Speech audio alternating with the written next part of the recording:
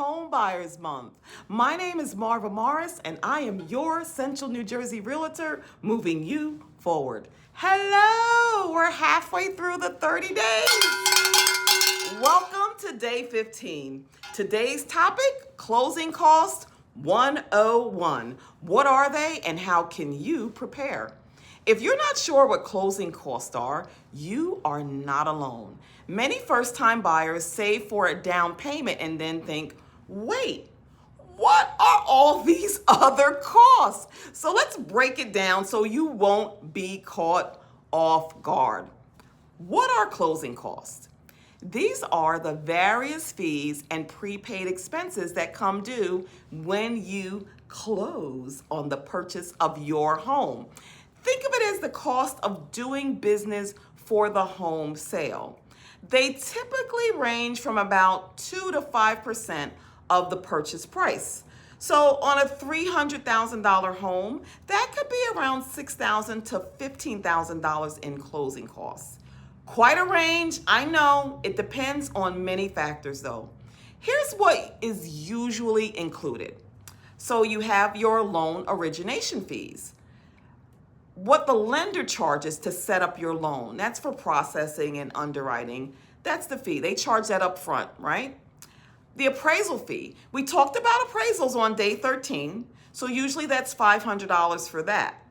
Your homeowner's insurance. You typically prepay the first year's insurance at closing. So if your annual home insurance is $1,200, that's paid now at closing. Property taxes in New Jersey, they're high. We talked about that. And you'll need to prepay some months of taxes at closing. Plus any that the seller already paid, you have to reimburse those. For example, if you're closing in June, you might pay July, August, and September property tax upfront into what we call an escrow account. This can be a big chunk, but remember, it's your taxes just paid upfront. Title insurance and title fees. A title company does a title search to make sure that the seller actually owns the home and there are no liens. You'll buy a title insurance policy to protect you and one for the lender in case something was missed. This is usually a significant fee. New Jersey title insurance on a $300,000 house can be a couple $1,000s. Now then, we also have attorney fees. In New Jersey, many buyers hire a real estate attorney, which I highly recommend. They charge about, $1,500 as a flat fee for their services. Now, it could vary by attorney, but this is also a part of your closing costs. It's paid on the day you close. State and local transfer taxes. New Jersey has a realty transfer fee. The seller mostly pays that, but buyers in New Jersey might pay a small portion if it's new construction or if you're a foreign buyer. It's pretty rare, but it can happen. There's also a recording fee to register the deed. Some municipalities have their own small fees, but something we have to pay. Then you have miscellaneous things like a survey fee, if a survey is needed, flood certification fee to check if the property is in a flood zone, and maybe a small fee for termite inspection. We talked about that too, if not paid prior to or during the inspection. Now, how do we prepare for these closing costs? Early on, ask your lender for a loan estimate amount of closing costs. They can provide this after you apply. It itemizes all of these costs and it's an estimate, but it's a good planning tool. You can sometimes negotiate to have the seller pay some of the closing costs. That's called a seller's concession. So for instance, we might make an offer of $305,000 on a house, but ask the seller to give $5,000 back towards your closing costs. This effectively finances the closing cost into your loan. Now, it's more common in a buyer's market, and I think I've mentioned it.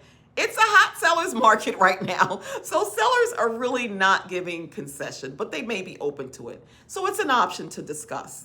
Now, we have some loan programs in New Jersey. We talked about those local New Jersey programs that might also help with closing costs. So we talked about the NJH MFA's assistance that could cover closing costs if there's any left over after the down payment. Now, if cash is tight, you have to prioritize. You need at least a down payment and maybe some reserves. If closing costs are a hurdle, let's talk about strategies like seller's concession or maybe some lender credit where you take a slightly higher interest rate in exchange for lower upfront costs. These are just some things to think about. Now, don't forget, post-closing, after you close, you might want a little cushion for your moving expenses, minor repairs, or furniture. So budget your savings accordingly. Try not to max out every dollar you have on closing date.